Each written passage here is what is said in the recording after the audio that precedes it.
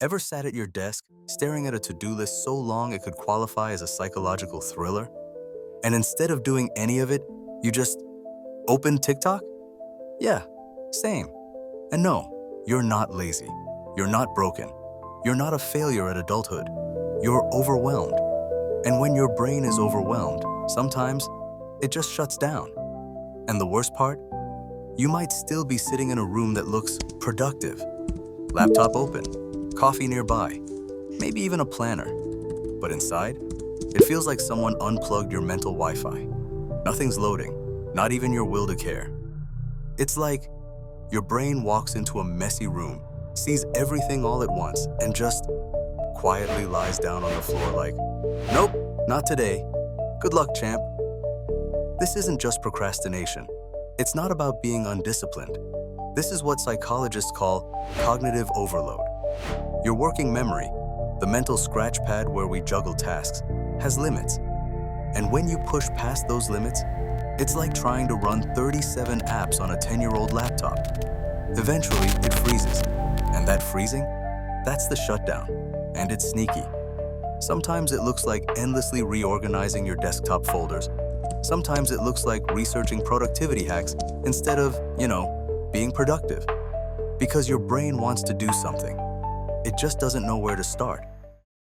So instead of doing what you should be doing, you end up doing what's easy, predictable, and numbing.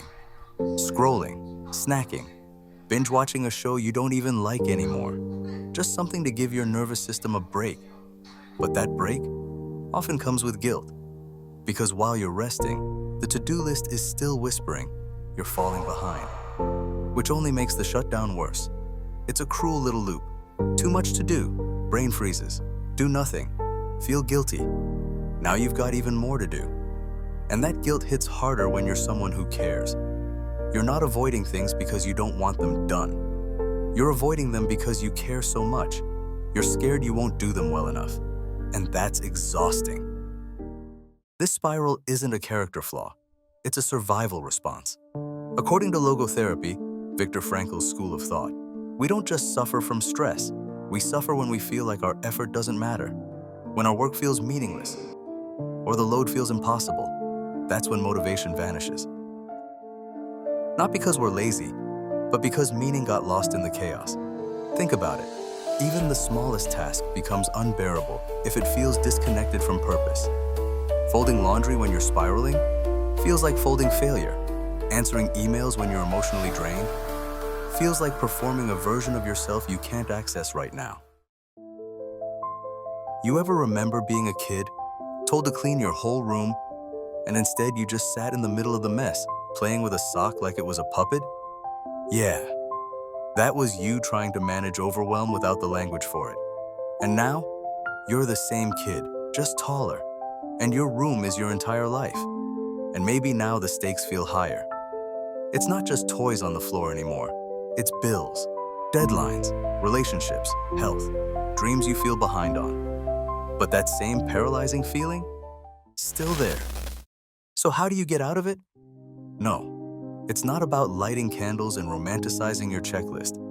It's about zooming in. One corner of the room, one sock at a time. In psychology, this is called behavioral activation. Don't wait to feel motivated. Start tiny. Let your brain catch up. Do the dishes for 2 minutes. Write one awkward sentence in that email draft. Breathe.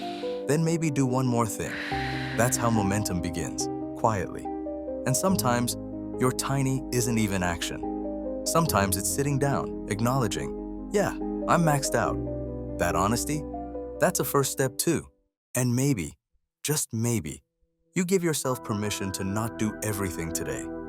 Because some days, existing is enough. Some days, keeping your soul intact matters more than inbox zero. We don't get trophies for pushing past our emotional capacity, but we do pay for it in burnout, in disconnection, in waking up and feeling like life's just noise. The Stoics had a saying, you have power over your mind, not outside events. Realize this, and you will find strength. You can't always control the chaos, but you can choose where your energy goes in the middle of it, even if it's just choosing to be kind to yourself. You shut down when you have too much to do, not because you're weak, but because your mind knows it needs a break.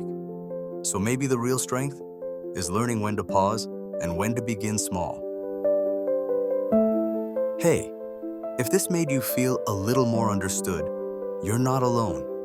This channel is for the ones who feel everything deeply and quietly. Hit subscribe if you're into that kind of thing. And here's a thought to carry with you.